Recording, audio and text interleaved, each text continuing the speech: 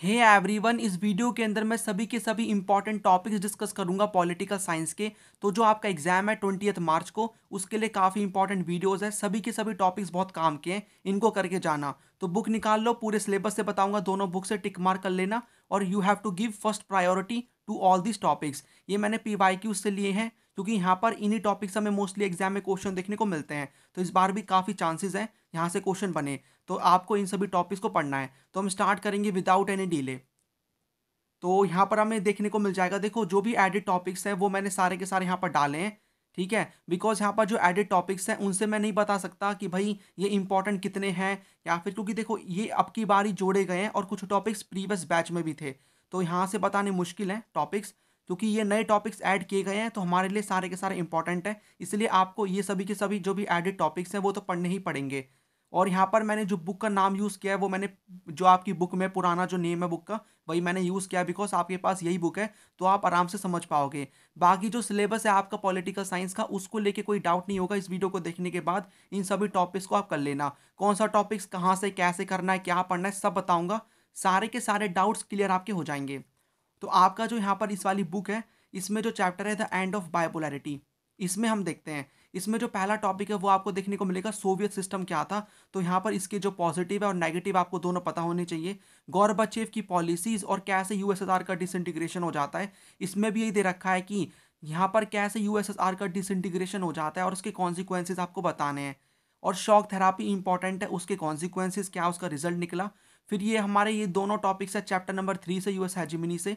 पहला first gulf war, कि gulf war क्या था, क्यों उसको video game war, computer war बोला जाता है।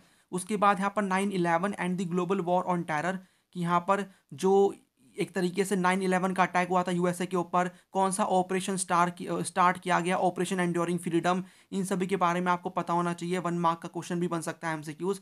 और यहाँ पर जो एडेड टॉपिक है वो है Arab spring, this is also important. ठीक है, इसको भी पढ़ लेना। अरब स्प्रिंग ये एडेड टॉपिक है। जो भी एडेड टॉपिक्स अगर आपके पास नहीं है तो मैं आपको PDF अपने टेलीग्राम पे दे दूंगा, उसका लिंक आपको नीचे मिल जाएगा ग्रुप का, you can join that group. यहाँ पर सेकंड चैप्टर हमारा स्टार्ट होता है, जो कि है अल्टरनेटिव सेंटर्स ऑफ पावर, और नया नेम है इसका new centres of power.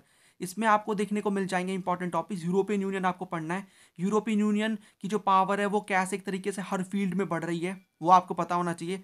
ASEAN क्या है, कितने यहाँ पर इसके पिलर हैं, आसियान वे किया है, कितनी कंट्रीज इसके अंदर हैं, ये सभी आपके लिए इंपॉर्टेंट है। उसके बाद कैसे यहाँ पर चाइना जो है एक बहुत बड़ी इकोनॉमी बन के उभरा, कैसे उसका राइज होता है, कौन कौन से रिफॉर्म्स लाते हैं, यहाँ पर जो अलग अलग टाइप के हमारे लीडर्स हैं वो कैसे लेकर आते हैं, मतलब चाइना के लीडर्स वो किस प्रकार से यहाँ पर डेवलपमेंट करते हैं चाइना का। उसके बाद इंडिया और चाइना के रिलेशंस के ऊपर क्वेश्चन बन जाता है। और जो एडेड टॉपिक्स है वो है BRICS, Russia, India, Israel. BRICS में आपको पता होना चाहिए कि भाई इसकी फुल फॉर्म क्या है, कितनी इसमें कंट्रीज हैं, यहाँ पर इसकी लेटेस्ट मीटिंग कब हुई है, ये आपको पता होना चाहिए। बाकी देखो मैं रिवीजन वाली वीडियोस अपलोड करूंगा वन शॉट करके, वहाँ पर मैं ये सभी के सभी जो टॉपिक्स है वो कंप्लीट करा दूंगा। बाकी जब तक वीडियोस नहीं आ रही तो आप खुद से प्रिपेयर कर सकते हो, इसलिए मैं टिक लगवा रहा हूँ बुक में, ताकि आप समझ पाओ। उसके बाद यहाँ पर हमारा नेक्स्ट चैप्टर है कंटेम्प्रेरी साउथ एशिया। इसमें जो हमारे टॉपिक्स है वो है पहला, कौन कौन से फैक्टर्स रिस्पॉन्सिबल हैं behind Pakistan failure in building A stable democracy, यानी पाकिस्तान में एक स्टेबल डेमोक्रेसी सेटअप नहीं हो पा रही है। ठीक है, तो जो स्टेबल डेमोक्रेसी है वो नहीं रही है, तो उसके पीछे कौन कौन से फैक्टर्स हैं, तो आपको देखने को मिलेगा। आपकी बुक नंबर यहाँ पर, ये जो बुक नंबर 1 है इसका जो पेज नंबर है 69, पैरा सेकंड आपको पढ़ना है इसमें। तो आप टिक मार्क कर लेना, आपको पैरा सेकंड पढ़ना पड़ेगा। उसमें ही बता रखे कौन कौन से फैक्टर्स हैं जिसकी वजह से पाकिस्तान में एक स्टेबल डेमोक्रेसी सेटअप नहीं हो पाई। उसके बाद यहाँ पर इतनी कॉन्फ्लिक्ट और डेमोक्रेसी श्रीलंका में, सिन्हलाज एंड तमिल्स के बीच में जो कॉन्फ्लिक्ट था। इंडिया पाकिस्तान कॉन्फ्लिक्ट किन किन चीज़ों में होता है ये तो सिंपल टॉपिक है। इंडिया और उसके नेबर्स में आपको बांग्लादेश पढ़ना है, कि यहाँ पर इंडो और जो बांग्लादेश है उनके क्या रिलेशंस हैं, इंडो बांग्लादेश रिलेशंस। उसके बाद पीस एंड कॉपरेशन वाला टॉपिक आपको पढ़ना है, इसमें सार्क वाला पढ़ लेना, सार्क क्या है, सैफ्टा क्या है, south Asian free trade agreement, ये सभी चीज़ें। यहाँ से आपके देखो जो MCQs है वो भी कवर होंगे, प्लस यहाँ पर आपके जो क्वेश्चन आंसर आएंगे वो भी आपके यहाँ पर कवर होंगे। चलिए आगे बढ़ते हैं। यहाँ पर हमारा जो नेक्स्ट चैप्टर है वो है UN एंड इट्स ऑर्गेनाइजेशन। इसमें आपको देखो ये वाला कोई टॉपिक ऐसा नहीं मिलेगा एज इट इज़, लेकिन आपको पता होना चाहिए कि हमें क्यों ज़रूरत पड़ती है इंटरनेशनल ऑर्गेनाइजेशन की, क्या नीड है। ठीक है, उसके बाद प्रिंसिपल ऑर्गन्स ऑफ यूएन, तो आपको इसका कंटेंट बुक में मिल जाएगा ढूंढोगे तो, बाकी मैं वीडियोस में कवर करा दूंगा।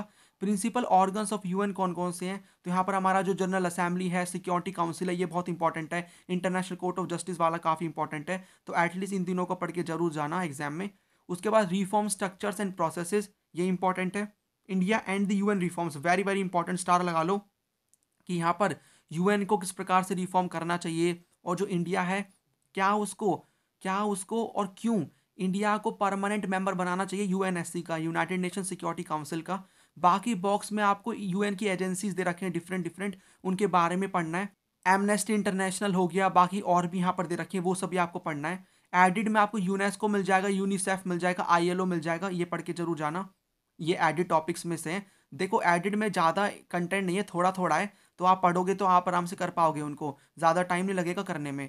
उसके बाद है security in the contemporary world chapter हमारा, इसमें ट्रेडिशनल नोशंस आपको मिलेंगे, ट्रेडिशनल वाली सिक्योरिटी, उसमें एक्सटर्नल आपको पढ़ना है, ठीक है। और एक्सटर्नल वाले में ना ट्रेडिशनल सिक्योरिटी के कंपोनेंट्स दे रखे हैं, 4 कंपोनेंट्स है, चारों के चारों हमारे जो कंपोनेंट्स है वो हमारे लिए इंपॉर्टेंट है, ठीक है। 4 कंपोनेंट यहाँ पर दे रखे हैं, तो जो फोरों के जो यहाँ पर चारों के चार जो कंपोनेंट है they are very very important, तो इनको आपको पढ़ना है, जो 4 कंपोनेंट्स हैं। उसके बाद न्यू सोर्सेज ऑफ थ्रेट्स हैं, सभी के सभी थ्रेट्स आपको पढ़ने हैं, और इसी में ही ऐड हुआ है टेररिज्म करके, ये भी आपको पढ़ना है। उसके बाद इंडिया की सिक्योरिटी स्ट्रैटेजी, इसके बारे में आपको पता होना चाहिए। फिर आपको मिलेगा एनवायरमेंट एंड नेचुरल रिसोर्सेज वाला चैप्टर, इसमें रियो समिट पढ़ लेना, this is very important, star लगा लो। कॉमन बट डिफरेंशिएटेड रिस्पॉन्सिबिलिटीज, बहुत बार रिपीटेडली क्वेश्चन इस टॉपिक से आ रखे हैं, आए हुए हैं एग्जाम में, तो पढ़ के जाना है। उसके बाद इंडिया का क्या स्टैंड है एनवायरमेंटल इश्यूज में, दिस इज ऑल्सो इंपॉर्टेंट। फिर आता है हमारा लास्ट चैप्टर जो है ग्लोबलाइजेशन। देखो ग्लोबलाइजेशन का कॉन्सेप्ट आपको पता होना चाहिए, ग्लोबलाइजेशन क्या है, कौन कौन से कॉजेज हैं, क्या इसके ड्रॉबैक्स होते हैं, बाकी कॉन्सिक्वेंसेज आपको पता होना चाहिए। तीनों कॉन्सिक्वेंसेज दे रखे हैं, एक तो पॉलिटिकल है, एक यहाँ पर सोशल कल्चरल दे रखा है इसमें, और इकोनॉमिक है, ठीक है। तीनों यहाँ पर आपको पता होना चाहिए, तीनों फील्ड में जो कॉन्सिक्वेंसेज हैं। और कल्चरल में जो हमें बता रखा है, कल्चरल होमोजेनाइजेशन और हेट्रोजेनाइजेशन के बारे में आपको पता होना चाहिए, ये भी काफ़ी इंपॉर्टेंट है, इससे क्वेश्चन बन जाता है, 2 मार्क का बन सकता है, ठीक है। चलिए उसके बाद यहाँ पर हमारी स्टार्ट होती है ये वाली बुक। अब ये वाली बुक आप खोल लो, इसमें हम देख लेते हैं, इसमें भी 7 हमारे चैप्टर्स हैं, तो 7 चैप्टर आपके इधर हो गए, प्लस 7 उसमें 14 चैप्टर्स है। आराम से आपके पास काफ़ी टाइम है, पढ़ भी सकते हो, पढ़ के पूरा अच्छे से कंप्लीट करके अपना रिवीजन भी कर सकते हो, और रिवीजन ज़रूर करना। तो यहाँ पर हमारा चैप्टर है चैलेंजेस ऑफ नेशन बिल्डिंग, इसमें आपको पढ़ना है 3 चैलेंजेस हैं, कौन कौन से, तो 3 चैलेंजेस हैं, आपको पता लग जाएंगे जब आप पढ़ोगे। यहाँ पर आपको देखो पेज नंबर 5 में जो इकोनॉमिक चैलेंज खत्म हो रहा है ना, वो हो रहा है up to eradication of poverty, यानी कि जो पेज नंबर 5 पूरा नहीं पढ़ना, up to eradication of poverty आप पढ़ लेना। इसमें आपके तीनों चैलेंजेस कवर हो जाएंगे। फिर आपको कॉन्सिक्वेंसेज पढ़ने हैं पार्टीशन के, हैदराबाद कैसे इंडिया का पार्ट बना वो पढ़ना है, ठीक है। यहाँ पर मीर ओस्मान अली इन सब के बारे में दे रखा है, कैसे बना, ठीक है। रजाकार्स क्या है, ये सभी के बारे में आपको पढ़ना है। रीऑर्गेनाइजेशन ऑफ स्टेट्स आपको पढ़ना है, कैसे यहाँ पर स्टेट रीऑर्गेनाइजेशन कमीशन सेटअप किया गया, और यहाँ पर इससे पहले विशाल आंध्रा मूवमेंट स्टार्ट होता है, पोट्टी श्रीरामुलु की डेथ हो जाती है फास्ट करने की वजह से, यहाँ पर आंध्र प्रदेश नाम का स्टेट बनता है।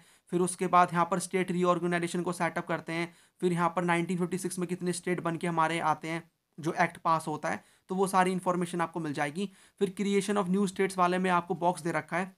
देखो ये जो बॉक्स है ना चैप्टर के एंड में कि क्रिएशन ऑफ न्यू स्टेट, ये इंपॉर्टेंट है हमारे एमसीक्यूज के लिए और मैप के लिए, तो इसको आपको पढ़ना है। बाकी मैप की वीडियो अपलोड कर चुका हूँ चैनल पे, आपको मिल जाएगी, जाके चेक कर लेना।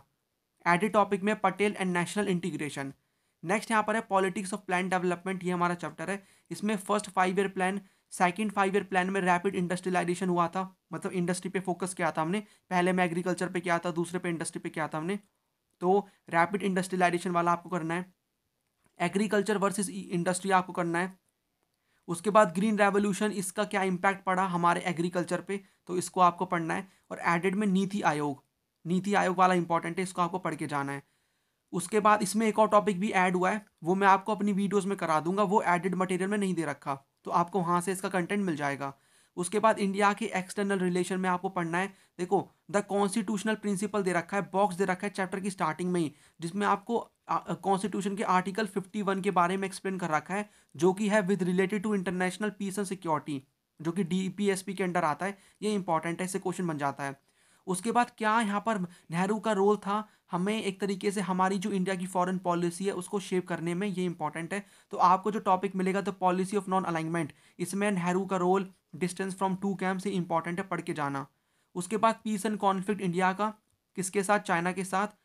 और यहाँ पर तिब्बत वाला जो इशू है वो आपको पढ़ना है। So peace and conflict with China, 1962 का जो वॉर हुआ था, और तिब्बत वाला इशू क्या है, आइडिया ले लेना तिब्बत वाला इशू क्या है, ताकि आपको थोड़ी सी क्लैरिटी मिले। बाकी ज़्यादा इंपॉर्टेंट ये वाला है, peace and conflict with China. फिर बांग्लादेश वॉर आता है 1971 का, कैसे बांग्लादेश यहाँ पर जो पहले ईस्ट पाकिस्तान हुआ करता था, बांग्लादेश बन के एक नई कंट्री आया, इंडिया का क्या यहाँ पर कॉन्ट्रीब्यूशन था, कौन कौन से, देखो उस टाइम पे कौन से यहाँ पर पीएम थे इंडिया के, क्या डेट थी, कौन सा अग्रीमेंट साइन हुआ, ये सभी का सभी आपको याद रखना है। फिर इंडिया की न्यूक्लियर पॉलिसी, और इसी में ही अपडेट दे रखा है इंडिया न्यूक्लियर प्रोग्राम के अपडेट्स, तो ये एडिट में मिल जाएगा ये वाला पार्ट, तो यहाँ से हम कर लेंगे। और एडिट में एक और दे रखा है इंडिया और इसराइल के रिलेशंस, तो ये भी हमें पढ़ना है। फिर यहाँ पर हमारा नेक्स्ट स्टार्ट होता है chapter challenges to and restoration of the Congress system. इसको यहाँ पर पार्टी एंड पार्टी सिस्टम करके जो चैप्टर आपका है, party and party system of India, ऐसे करके आपका नया चैप्टर बना है। बाकी ये जो आपका चैप्टर है, ये वाला चैप्टर जो बुक में, प्लस में आपका जो सेकंड चैप्टर है, इसी बुक का सेकंड चैप्टर, उसको मर्ज करके इसको बनाया है। तो जो सेकंड चैप्टर है आपका, उसमें आपको क्या क्या पढ़ना है, वहाँ उस वाले चैप्टर से आपको पढ़ना है nature of Congress dominance from chapter number 2, यानी कि कैसे यहाँ पर जो कांग्रेस थी उसका डोमिनेंस होता है, क्यों होता है फर्स्ट जनरल इलेक्शन में, यानी कि जो पहले दूसरे तीसरे इलेक्शन में इतना अच्छा खासा डोमिनेंस था कांग्रेस का हमारी पॉलिटिक्स में, उसके पीछे के रीजंस बता रखे हैं। उसके बाद स्प्लिट हो जाता है कांग्रेस में, पूरा टॉपिक आपको पढ़ना है। इसमें 1969 का जो प्रेसिडेंशियल इलेक्शन होता है उसके बारे में भी दे रखा है, तो पूरा topic you have to study. फिर एबोलिशन ऑफ प्राइवी पर्स क्या है, एबोलिशन क्यों इसका किया गया, और कौन से लीडर ने किया, कौन से उस टाइम पे यहाँ पर पीएम कौन थे इंडिया की, ठीक है। 1971 के इलेक्शन का थोड़ा सा आइडिया ले लेना। देखो जो भी इलेक्शन हुए ना, ये फैक्चुअल चीज़ें हैं, कितनी सीट जीती गई हैं, आपको थोड़ा बहुत बस आइडिया ले लेना है, कौन सी पार्टी जीती। यहाँ पर इस इलेक्शन में इंदिरा गांधी ने जो गरीबी हटाओ का जो यहाँ पर स्लोगन दिया था, उसके बारे में आपको पता होना चाहिए। तो ये सभी चीज़ें इंपॉर्टेंट है। फिर आता है क्राइसिस ऑफ डेमोक्रेटिक ऑर्डर, और हमारी पॉलिटिकल साइंस में काफ़ी फैक्चुअल चीज़ें हैं पर्टिकुलर इस वाली बुक में, तो आपको उन सभी के बारे में पता होना चाहिए, बिकॉज वहाँ से एमसीक्यूज बन जाएंगे। The crisis of democratic order हमारा चैप्टर है एमरजेंसी वाला, कौन कौन से यहाँ पर बैकग्राउंड टू एमरजेंसी यानी रीजंस कौन कौन से एमरजेंसी को लेकर, तो इसमें आपकी बुक में काफ़ी सारे दे रखे हैं, जैसे कि इकोनॉमिक कॉन्टेक्स्ट है, गुजरात एंड बिहार मूवमेंट है, कॉन्फ्लिक्ट विद जुडिशरी है, ये सभी आपको पढ़ने हैं। उसके बाद कौन कौन से कॉन्सिक्वेंसेज है एमरजेंसी के, कौन कौन से लेसन हम लर्न करते हैं एमरजेंसी से, ये भी इंपॉर्टेंट है। पॉलिटिक्स आफ्टर एमरजेंसी, थोड़ा आइडिया ले लेना, कौन सी गवर्नमेंट बनी, जनता गवर्नमेंट, मोरारजी देसाई पीएम बनते हैं, ठीक है। उसके बाद उनकी सरकार भी ज़्यादा नहीं चल पाती है, इस प्रकार से आपको थोड़ी सी पॉलिटिक्स पता होनी चाहिए। फिर एडिड टॉपिक्स में हमें मिल जाएंगे देखने को पर्सनैलिटी और उनकी थ्योरीज, तो आपकी बुक में पर्सनैलिटीज़ दे रखी हैं, उनकी आपको थ्योरीज बोल सकते हो आप, उनकी यहाँ पर फिलोसफी आइडिया बोल सकते हो, वो पढ़ के जाना है। जैसे कि जयप्रकाश नारायण हो गए हमारे, यहाँ पर राम मनोहर लोहिया, दीनदयाल उपाध्याय, इनके बारे में। और डेमोक्रेटिक अपसर्ज भी नया टॉपिक है, इसके बारे में पढ़ना है।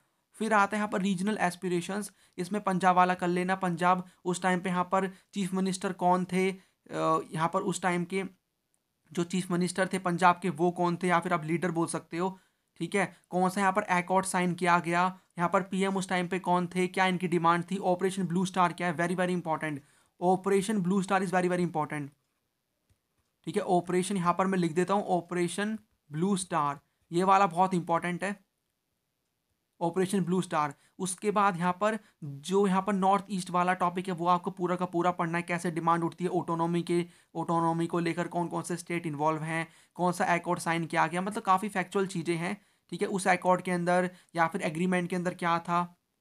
उसके बाद अकोमोडेशन एंड नेशनल इंटीग्रेशन में दे रखा है कौन कौन से लेसन्स हम लर्न करते हैं इन रीजनल टेंशन से, तो यहाँ पर दे रखा है 4 से 5 आपको पढ़ने हैं।